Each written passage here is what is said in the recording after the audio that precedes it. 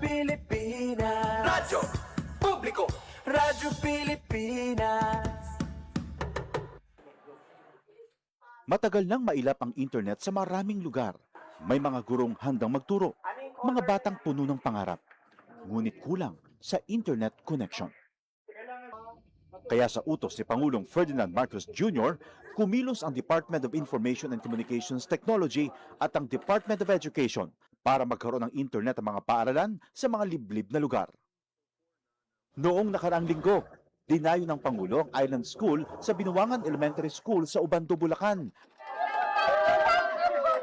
para tingnan ang estado ng koneksyon. Nakita ng Pangulo, maayos na ang internet. May laptop at tablets na ngayon na dati mahirap makarating sa mga isla at liblib na komunidad. Ang buong budget ng DepEd na napapakinabangan ho ng lahat ng stakeholders mula Batanes hanggang Tawi-Tawi. Maging mga paaralan sa Basilan, dinayo ng DICT at unti-unting nagka-internet ngayon. Kasama po namin si Secretary Henry po. Si Sec. Asan na si mismo yata ang nakakabot eh. I'm Mr. President, Secretary. In Basilan, 189 schools na binigay sa aming assignment ni Seksani, 172 na yung nakakabit. Dahil ang internet sa mga paaralan ay hindi lang basta signal, isa itong tulay para mas mapalapit ang kaalaman sa bawat silid-aralan. At sa bawat paaralang nakokonekta, may mga batang mas nabibigyan ng pag-asa. Magkaroon lahat ng estudyante, magkaroon lahat ng guro ng kanilang kinakailangan na equipment at para maging mas maganda at mas maayos ang sistema natin sa pagtuturo. Sa buong bansa, tuloy-tuloy ang trabaho. Isa-isang inaayos sa mga bagay na magpapagaan sa buhay ng ating mga kababayan.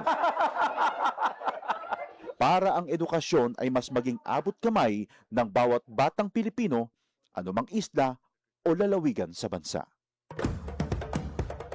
Ito ang Presidential Broadcast Service. Radyo Pilipinas. Radyo Publiko. Ng bagong Pilipinas para sa bagong Pilipino. Naghahatid ng mahahalagang balita at impormasyon na guugnay ng pamahalaan sa sambayanan. Tulay sa himpapawid ng serbisyo publiko. Radyo Pilipinas. Radyo Publiko. Ang boses ng Pangulo. Sa Iloilo, Radyo Pilipinas. 585 AM. Oras sa Radyo Pilipinas, alas 9:10 sa aga.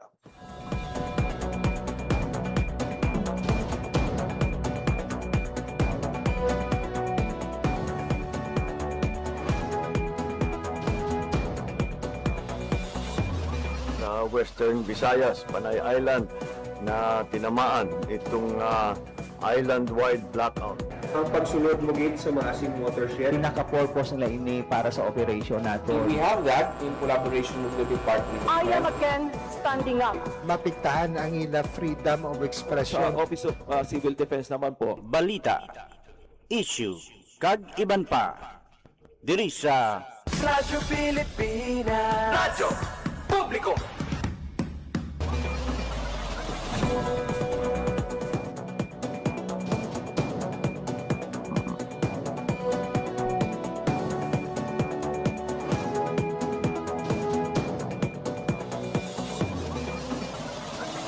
Mayong aga Pilipinas, mayong aga Western Visayas, syudad kag probinsya sang Iloilo kag kutob sa malabutan sang amon pagserbisyo. Linggaman nga bahin sang kalibutan, naghahatag kami sang katahuran, mayong aga good morning sa inyong tanan. Welcome mga biyan sa isa naman kinisyon sa pagpakalagad sa programa Balita, Issue kag iban pa. Adlaw na kita karoon sang Lunes, Hunyo 15, 2026. Mga biyan, inina ang ika-3 sa 5 tanan ka Lunes, karon nga ika-6 nga bulan sang tuig 2026. Ag sa kinahanglan maging kupo ninyo tugtog alas 9:55 subong iya nga aga, ako ang inyo alaga JP Hervas. Sa aton mga sukitag palamati all over Western Visayas, province sa Baclan, Antique, Capiz, Guimaras, Iloilo kag Sumuman sa mga kultura naton sa Negros Occidental, mayad-ayad gid nga aga sa inyong tanan.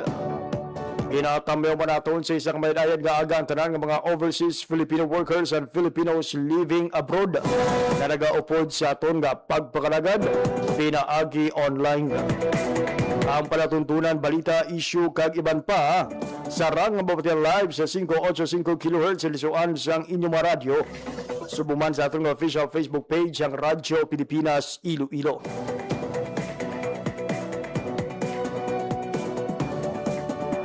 Mabiyan, it's been a week sa nga nagluntad ang magnitude 7.8 nga linog sa probinsya sang Sarangani.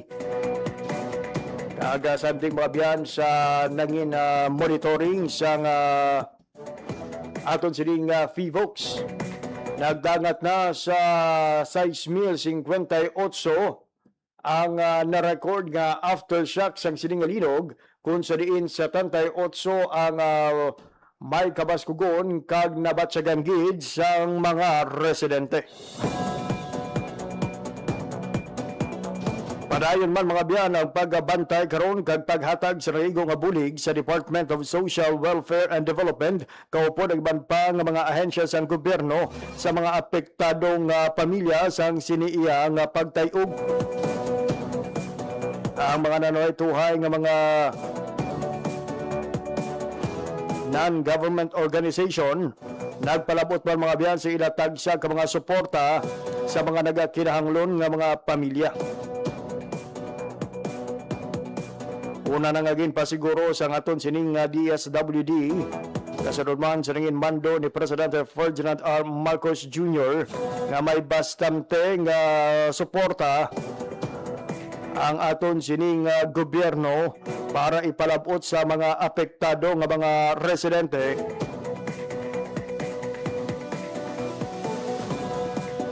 sang sining mabaskog nga linog nga nagtayog sa Mindanao sa nagligad iya nga simana. Mismo si DSWD Secretary Rex Gatchalian mga biyan ang nagapadulong sa mga area sa Sarangani kag sa mga kaingod sining nga mga probinsya para siguraduhon nga napalapot sang husto ang mga nanoy tuhay nga ayuda lakip na ang mga pagkaon, ready to eat food and non-food items sa aton sining nga mga apektado nga mga kauturan.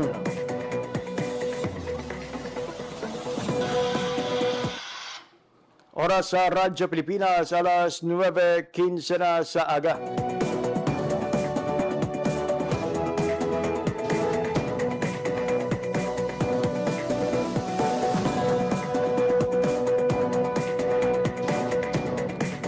Sandig sa ginpagwa nga update sang DSWD mga biyan, nagdangat na sa 125,242 ka family food packs as of June 14, 6 p.m. ang napalabot sa mga residente nga apektado sang magnitude 7.8 nga linog sa Mindanao.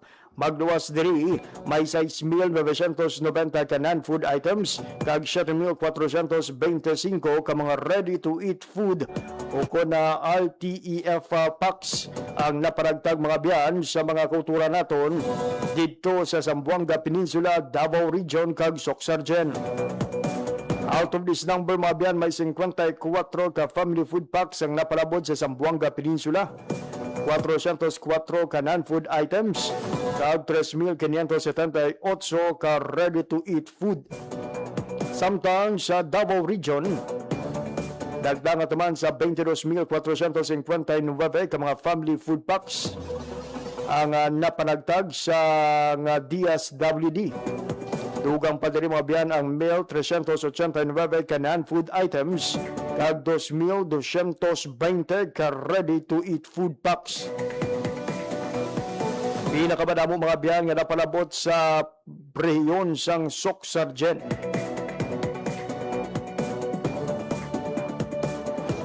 Ginatipan sa 102,729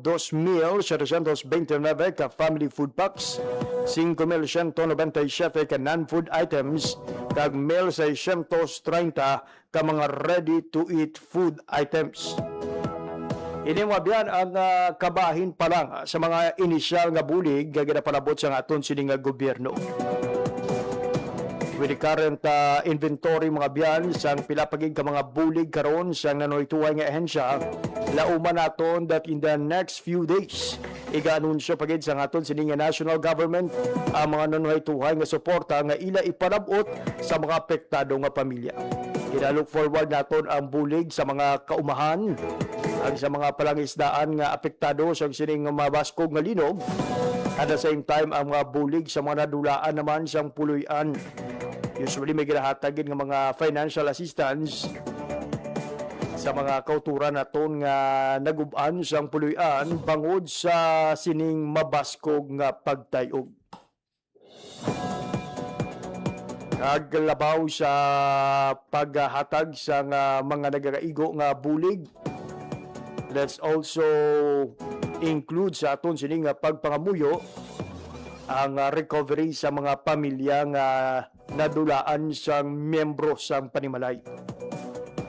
Mga pamilya nga ang ila sini nga mga abyan, ila sini nga mga bata, ginikanan, lakip mga abyan sa mga nagkalamatay bangod sa mabaskog nga pagtayog sa nagdigan nga Lunes.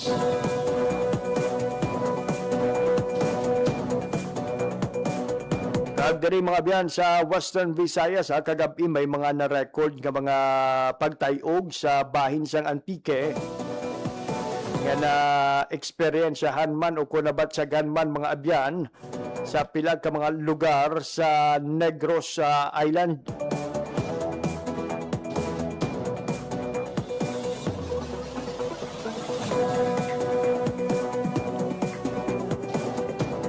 Sa alas 2 ang gabi mga biyan kang na-record ang magnitude 4.2 nga linog sa bahin sang Aninii Antique. Ang ining linog mga biyan ang ginpahayag may kadalumon nga 10 kilometros. Intensity number 2 ang nabatyagan sa Sipalay, Negros Occidental samtang intensity 1 naman sa Banwa sang Aninii.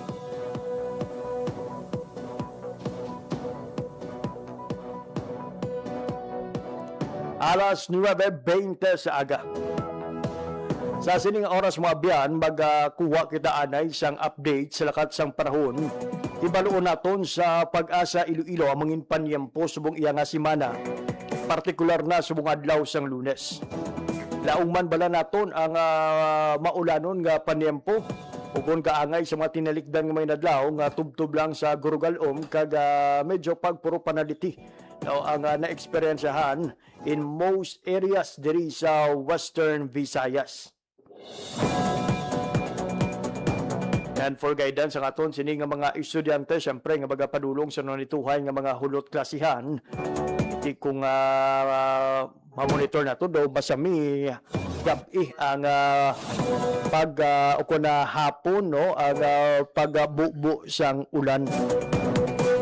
Kung daton sa Piyak Galinya para magatag sa aton sa nga latest nga update gikan sa DOST Pag-asa, we have Ma'am Leonor Silvestre. Ma'am Leonor, good morning. Hi, hello, good morning. Muna yung ating latest weather update para sa karon nga adlaw sang Lunes, June 15, 2026. Sa subong, wala man kita may ginamonitor na LPA o kung bagyo sa salot or sagwa sa ating Philippine Area of Responsibility. Samtang easterlies ang nag-apekto sa may eastern sections of Visayas kag Mindanao. Diri naman sa Western Visayas ay generally fair weather kita, pero wala man natin ginadula ang mga posibilidad sa mga isolated mga pag-ulan, pangalat kag panag-uob labi na gid sa hapon kag kagabihon tuga sa mga localized thunderstorms. Mahina, tubtob makasarangan naman ang hangin natin nga magahalin sa direksyon southwest to southeast, nga magadala sa makanay, tubtob makasara niya pagbalod sang aton kadagatan. Forecast temperature natin generally na sa 26 to 33 degrees Celsius. Ang adlaw nagbutlak gining alas 5:28 kagining aga kag magatunod ini alas 6:13 karon sa hapon. Kag muna nga aton latest weather update. Halin diri sa may Iloilo Doppler radar station. Ako si Leonor Silvestre. Madamo gid nga salamat. Mabridor sa aton siling nga mga tagbalamati, especially sa mga kultura naton nga may mga activities subong iya nga semana, particularly sa maabot nga weekend. May lauman ba kita nga posible mga low pressure area o kung mga bagyo nga mag-apekto sa ila sining nga biyahe? Well, base man sa ating extended outlook, sir, wala man kita sa may gina-monitor nga mga palaabutan nga weather disturbance, sir. Ayun. Magano for your time information nga hatag sa Radyo Pilipinas, madamo gid nga salamat kag padayon. Welcome, sir, kag maayong aga sa inyo. There you have it, mga latest updates sa lakat sang panahon gidulong sa aton sang Pag-asa Iloilo. Radyo Pilipinas. Radyo Publiko. Radyo Pilipinas.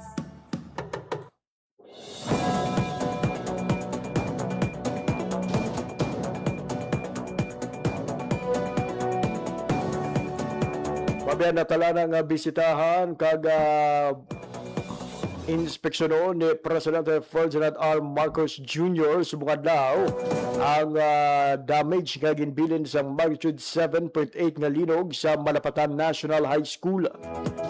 Sa pamunuan sang Bunutuan, 7 ka building sa Kabugusan ang na-damage mga biyan bagod sang mabaskog nga pagdayog sa nagligan nga simana. Samtang padayon naman ang assessment kag nagapabiling nga suspendido ang klase. May 40 ka hulot klasihan ang unang gindeklara nga safe para sa safety sang tanan. Alas 9:24 sa aga. Sa aton nga pagpanumbalik mga biyan, istoryahan naton ining tuhoy sa Farm to Market Road Watch Portal o ng FMR Watch Portal na ginlunsar sang Department of Agriculture. Sining karon lang mga biyan ang Department of Agriculture naghiwat sang orientation. Kaupod ang mga katapos sa media kag mga regional information officers sa nganoy tuhay nga mga ahensya sa gobyerno agod nga insyende kag mapasangkad pa ang ihibalo sang tagsa-tagsa tuhoy sa mga salient provisions kag ang mga mahimo makitaan sa paggamit sang sining Farm to Market Road o kon na FMR Watch Portal. Hindi kag iban pa nga mga impormasyon aton patbaton pagkatapos lamang siyang pila ka pahanumdum. Magandang araw, si Ding Dong Dantes po ito. Narinig niyo na rin ba sa balita yung The Big One? O ang kinatatakutang malakas na lindol na pwedeng mangyari sa Pilipinas? Alam ko nakakatakot. Napakaraming tanong sa isip natin. Anong gagawin ko kapag nangyari yun? Saan ako pupunta? Paano ko ililigtas ang pamilya ko? Sa bawat tanong na yan, dapat may nakahanda tayong sagot at aksyon. Dahil mapapanatag tayo kung alam natin ang gagawin sa panahon ng sakuna. #panatag ang may alam. Maging panatag, Pilipinas. Sa bawat pag-alis ng isang OFW, may pangarap. Pero may takot din. Takot na sa pag-uwi, wala pa ring kabuhayan, walang kasiguruhan. Pero nagbago ang kwento.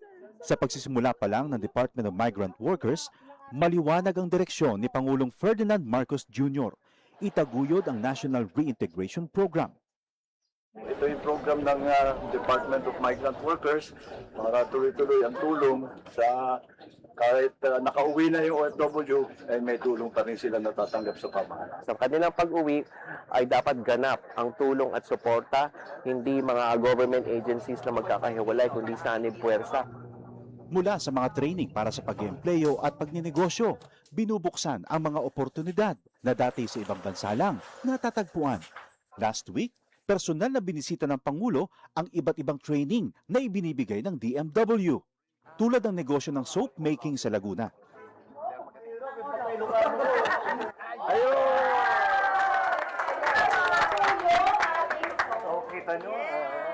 Isa ito sa mga negosyong ngayon nagbibigay ng bagong kita at bagong pag-asa sa ating mga OFW. Isang dating seaman, chef at housekeeping staff. Ngayon, mga negosyante na.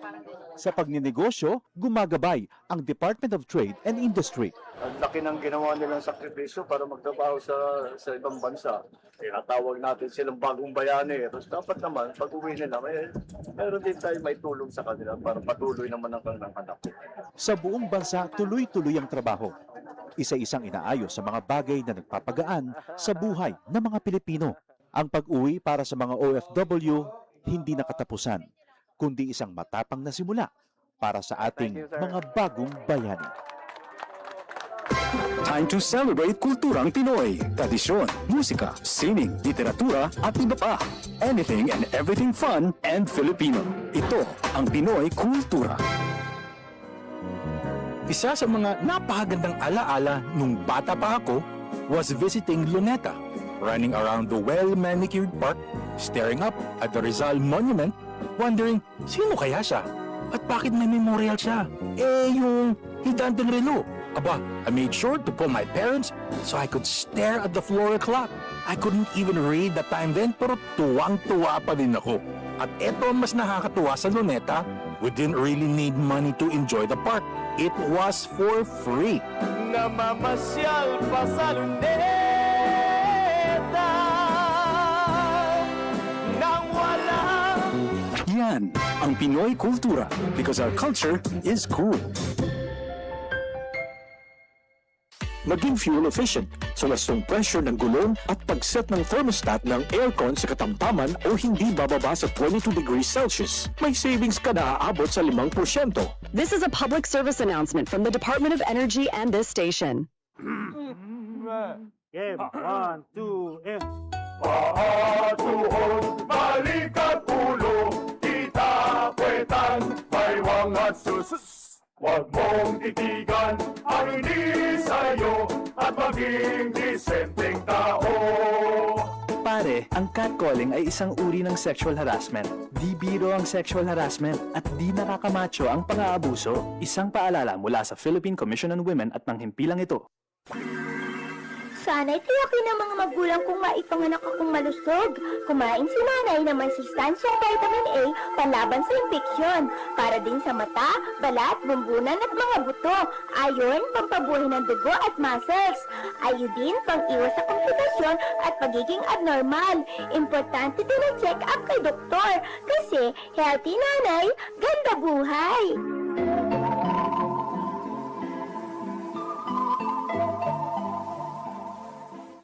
Oras sa Radyo Pilipinas, alas 9:30 na sa aga sa gihapon, nagapamati kamo sa pagpangalagad sa programa Balita, Issue kag Iban pa.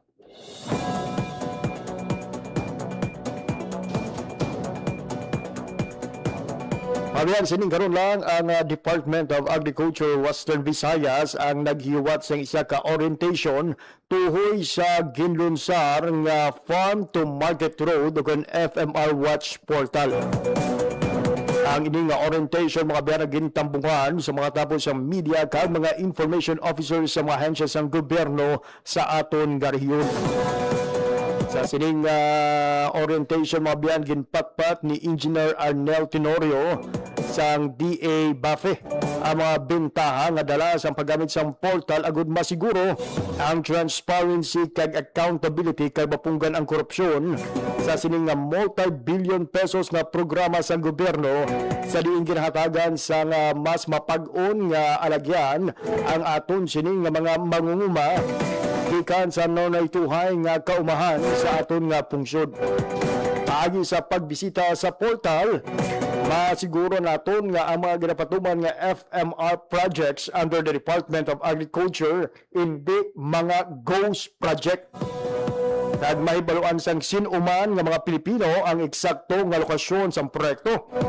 Pati na ang mga nagapanguna nga detalye kaangay sang budget, ngalan sang kontraktor, project timeline, kag kun ano na ang estado sini. Magaserbe man ang ining nga portal mga biyan nga palagyan agod nga mapalabot sang publiko ang ila reklamo tuhoy sa posible delay kag iban pa nga issue pinaagi sa pag-upod sang photo o kon video. Ang ining portal mga biyan ang ginlunsar sa nagligad nga Enero bilang isa man sa mga preventive measures mga biyan isang aton sining gobyerno nga malikawan na nga magluntad man ang kasubong nga problema sa iban nga mga infrastructure projects ang aton sining gobyerno nga nagtukiban ang mga ghost project gali o kung ginponduhan sa pila ka milyon only to find out na wala ni isa ka semento ni isa ka bato ang nagtupa sa among nga proyekto. Sa sining oras pamatian naton ang kabahin sa ringin pahayag ni Mr. James Earl Ogatis, ang Information Officer sa DA Western Visayas tuhoy sa siniiya nga paghiwat sa Farm to Market Road o kan FMR Watch Portal Orientation with media and regional information officers sa aton rehiyon. Opening of classes last Monday brings back to my memory how our respected parents on the countryside relied on the agricultural products just to send their children to school. Maybe we might recall some of them selling agricultural produce, livestock, crops, and fish just to buy the school materials, pay tuitions, and send these earnings for their children. The earnings from selling these agricultural products could be used, as I have mentioned earlier.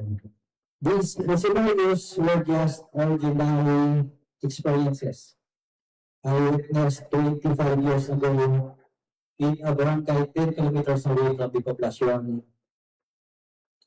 as I started to learn. Hindi na siguro ninyo po pamangkuton kung pila na edad ko. Ngayon yung ang iban. I would like to draw your attention to the importance of agriculture as a means of livelihood for human sustenance, education, and empowerment. We need to extend the limited resources of the government to maximize what our stakeholders have in order to provide them the optimum benefits they deserve. In this scenario, the Department of Agriculture does not only focuses on production, value adding, marketing, post-harvest, and storage of agricultural products. We also give much considerations on logistics, handling, and other post-harvest facilities and activities.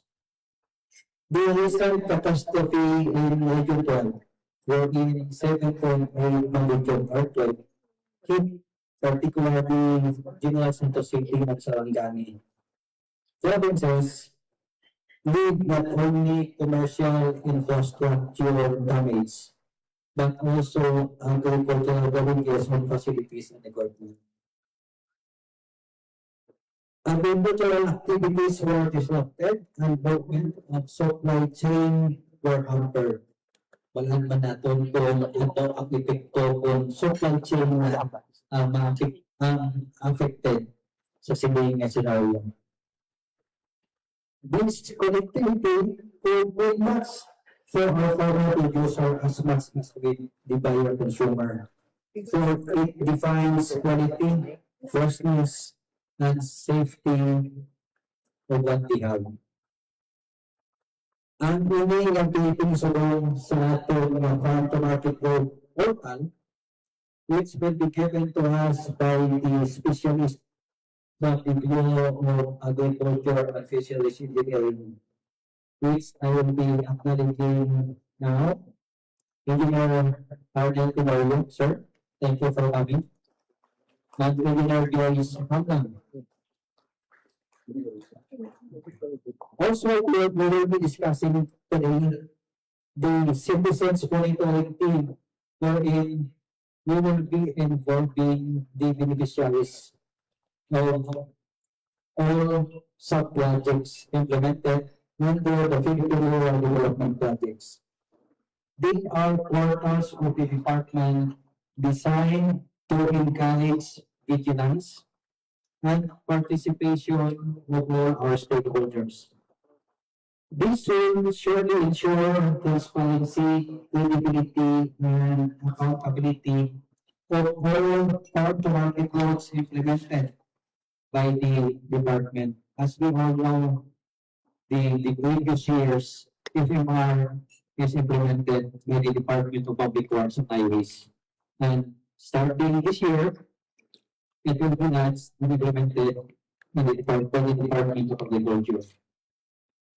So, balaan natin kung ano ang importansya sa sining FMR lots. Kaya pamatian natin karon, I hope sa may mga talang ng mga laptops, sorry, wala kami naka-advise sa inyo na magdanat ako sa laptops. Pero we have to run through sa portal karon kung paano ini gamiton, paano ini ma-access. Ang kabayan mga biyan, sanin pahayag ni Mr. James Earl Ogatis, ang Regional Information Chief sa DA RAFI 6. Samtang sa sining oras mga biyan, pamatiyan na ba natin ang pagpamangkot natin sa kay Engineer Arnel Tenorio, ang Interim Chief sa Information System and Digitalization Division sa DA BAFE. Kung paano bala maka-access ang aton sining mga manguma. Kay we all know, from the word itself, farm to market road, ang labing na pinaka-primary nga mga beneficiaryo sini mga biyan ang aton nga mga mangunguma gikan sa mga kumahan. But we understand nga while ang iban nga mga mangunguma karon may access na sa internet, may access na sa cellphone, madamo sa gihapon sa aton nga mga mangunguma ang wala iya access sa mapag-on nga internet, wala gani makauyapot sang cellphone o kung hindi makahibalo no kung paano gamiton ang ini nga portal. So ginpamangkot naton kung may mga mechanism bala ang Department of Agriculture para nga mabuligan ang aton sini nga mangunguma or the intended beneficiaries sa sini nga programa nga makagamit kag maka-report sang ilang nga mga reklamo pinaagi sa sining portal. Yari ang pamatian nato mga biyan ang sabat ni Engineer Arnel Tenorio, ang Interim Chief sa Information Systems and Digitalization Division sang DA BAFE. Or company will for the benefit of the farmers, particularly in the rural areas. And when we understand ang marami na pong mga magsaka ang kasabayan sa teknolohiya, meron pa rin mga magsaka na hirap maka-access sa internet, walang access sa mga portals o gadget. How do we ensure that these farmers na intended beneficiaries ng government will really have the access to report sa portal? Meron po bang mga centers, mobile persons na pwede nang malapitan to have them report sa portal? Actually, tama po yung surveys mo, sir. I recently attended po yung digital governance na present nila yung ba talagang mga farmer ay nakaka-reach dun sa digital how far yung mga farmers on the specific sa mga apps na mga So, well, ang isa sa avenue po na nilagay namin is meron tayong SMS po na alam po natin na by text kaya po siya.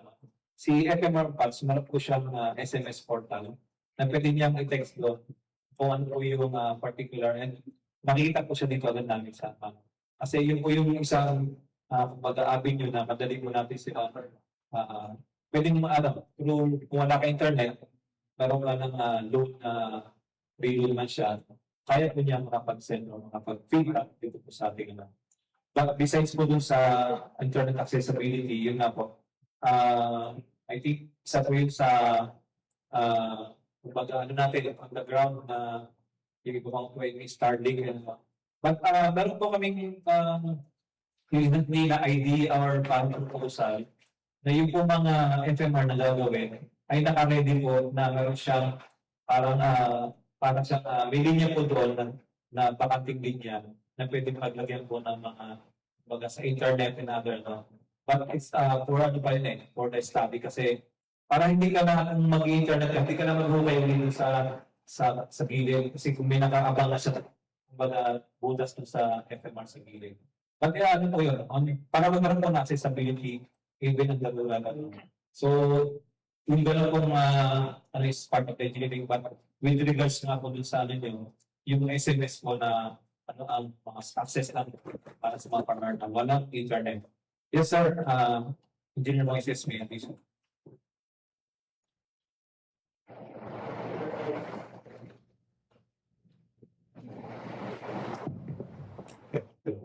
Sir, just a suggestion, siguro one approach for one strategy is kasi wala signal doon sa site. Siguro sa our partners na naman po mga cellphones, kay picture lang. We can report it to the local government unit, to the municipal agriculture office. We can give siguro access sa LGUs para doon nila mismo report sa NA, then that the NA upload the pictures kung ano yung mga concerns nila. Doon na po nila i-ano sa LGU. Pwede naman po dito sa regional office ng DA. However, we are one party po dito na nag-implement. So, siguro may konting bias at sa amin report. Mas okay po doon mismo sa LGU. Sa kanila.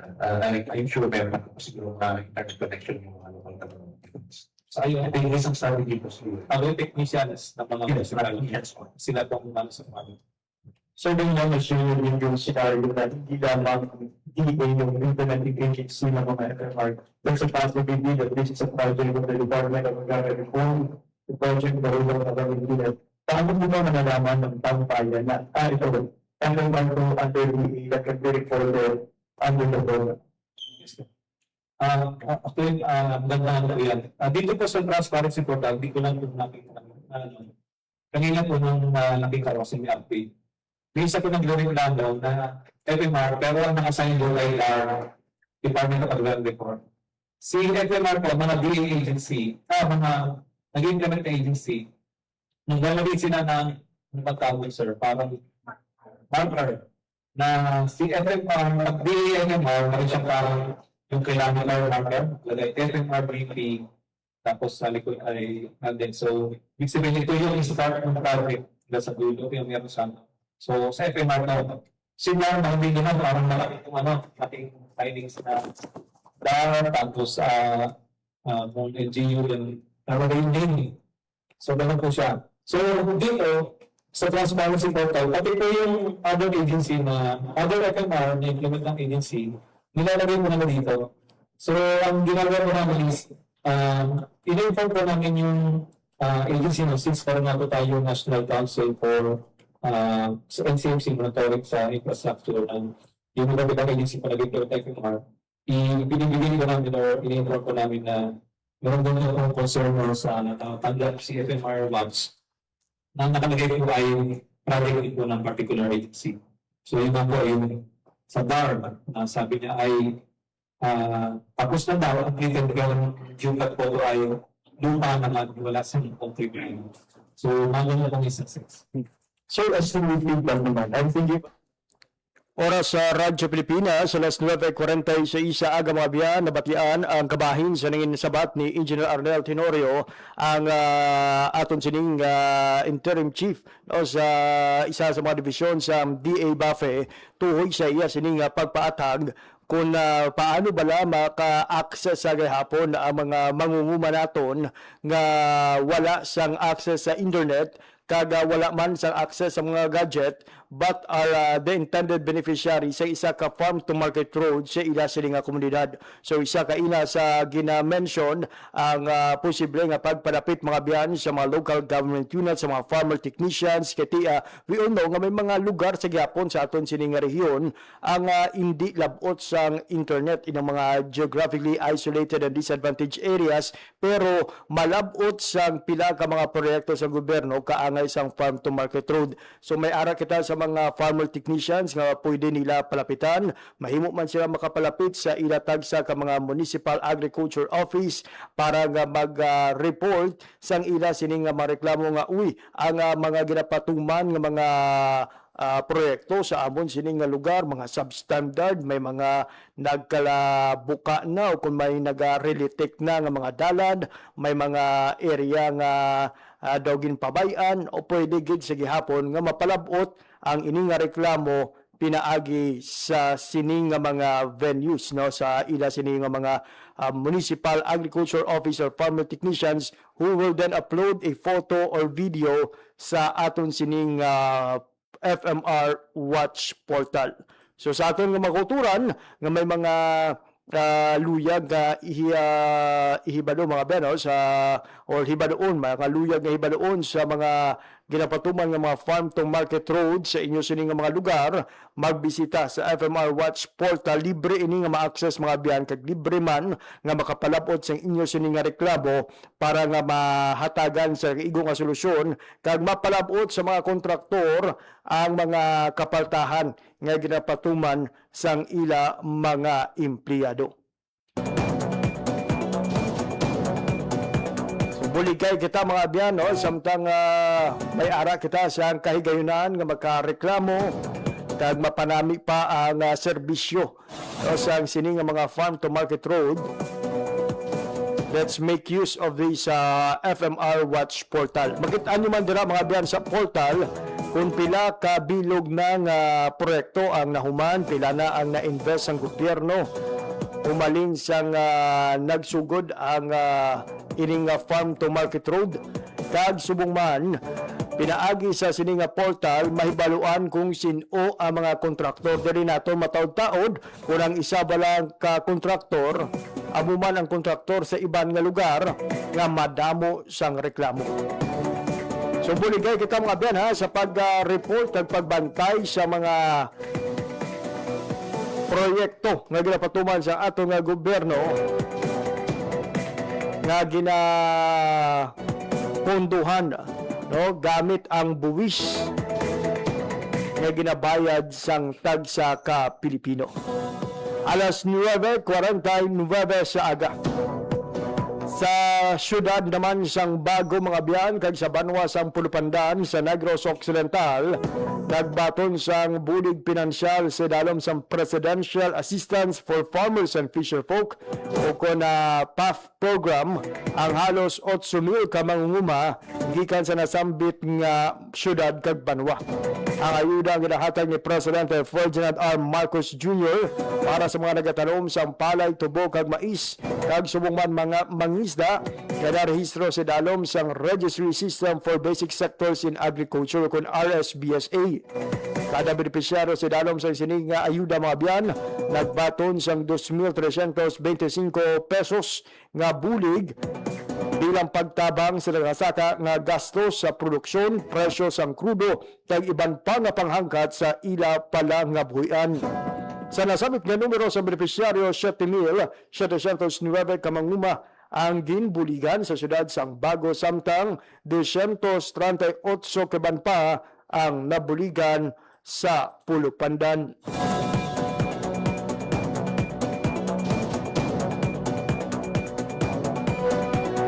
Alas 9:50 sa aga. Wala kita sang oras kinabilin sa aton sining pagpangalagad. Kaya nagilamang ko aton nga edisyon sa mga adlaw sa Lunes, Hunyo 15, 2026. Sa ngalan nagilamang sa akon mga katuwang technical, Mr. Alan Defantes sa studio, kag Mr. Rochelle Jones Hotahero sa transmitter. Ako naman ang inyo nang inalaga, JP Hervas. Madamo nga salamat sa inyong pagpamati. Maayong aga, Pilipinas. Balita, issue, kag iban pa. Diri sa Radyo Pilipinas. Radyo Publiko. Radyo Pilipinas. Ang inyong tulay sa himpapawid ng serbisyo publiko. Ang Presidential Broadcast Service, Radyo Pilipinas, Radyo Publiko. Radyo Pilipinas. Radyo Publiko. Publiko. Kinilala ng pang-international at prestigyosong Asia Pacific Broadcasting Plus Awards 2025 para sa kategorya ng Government Streaming. Ito ay dahil sa epektibo nitong pagsasanib ng mga tradisyonal na media tulad ng telebisyon, radyo at print para masabayan ang mabilis na pag-inog ng mundo ng digital at social media tungo sa mas epektibong paghahatid ng mahahalaga at napapanahong mga impormasyon sa mamamayang Pilipino. Kinilala rin ang Radyo Pilipinas dahil sa patuloy na pag-akyat ng rating. Ngayon ay matatag sa pang-4 na pwesto sa Mega Manila ayon sa pinakahuling Nielsen Radio Audience Measurement Survey. At sa social media, nakamit ang mahigit 2,000% pagtaas ng bilang ng mga sumusubaybay sa Radyo Pilipinas page sa unang bahagi ng 2025. Patunay ito na ang inyong Radyo Pilipinas Radyo Publiko ay tunay na kaagapay ng inyong pamahalaan sa paghahatid ng serbisyo sa mga mamamayang Pilipino. Mula sa aming lahat, sa ngalan ng inyong pamunuan at mga kawani ng Presidential Broadcast Service, kasama ang inyong mga himpilan ng Radyo Pilipinas sa buong kapuluan. Maraming salamat po sa inyong lahat, sa inyong pagtangkilik at pagkilala. Radyo Pilipinas. Radyo Publiko. Radyo Pilipinas. Radyo Publiko.